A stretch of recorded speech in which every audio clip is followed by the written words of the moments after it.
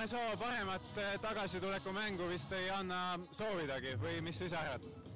No ma ise arvan, et oleks ikka parem saanud, et kaitses kindlasti teeb aeglaseks ja oleks veel esimene vise ka sisse läinud, siis oleks veel parem olnud. No aga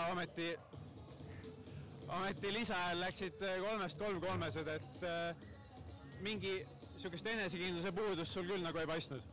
Ei, otse loomulikult mitte, ma olen treeninud selle aja jooksul visanud nii palju viskad, ma tõesti ei oska lugeda ja ma tean, et ma viskan need sisse. Noh, iga kord loomulikult ei lähe, aga ma usun enne igat viset, et see läheb sisse ja täna läks. Kuidas su füüsiline vorm üldse praegu on? No, võiks kõvasti parem olla, et meil on väikest pisivigastused seganud siin ja ma olen korralikult treenida saanud, et nagu ma arvan, siit nähagi oli, et paar minutit ja mul oleks nagu mingit maski vaja, et hapnikku peale saada, aga läheb paremaks, ma loodan. Mis sa üldse meeskonna mängu kohta ütled? Kõigepealt Rauki võit ja nüüd siuke Tarva võit, et paistate päris heas sõiduvõis olevat?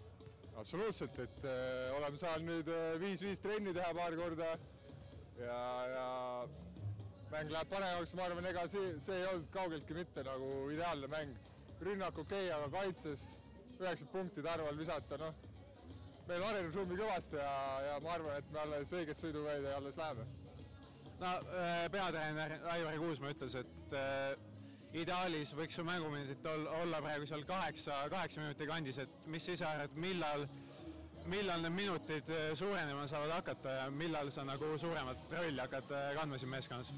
No ma arvan, et sellel hetkel no sinna läheb ikka aega, et siin tuleb lihtsalt aegselt alustada, kuna no kui ikka kops nagu tühjaks läheb ja ei jõua enam, siis on see vigastus ka kerge tulema, et me üritame nagu vältida sellist olukorda, nagu see lisaajalgi oli, et ma tõesti olen nagu täiesti surmväsinud.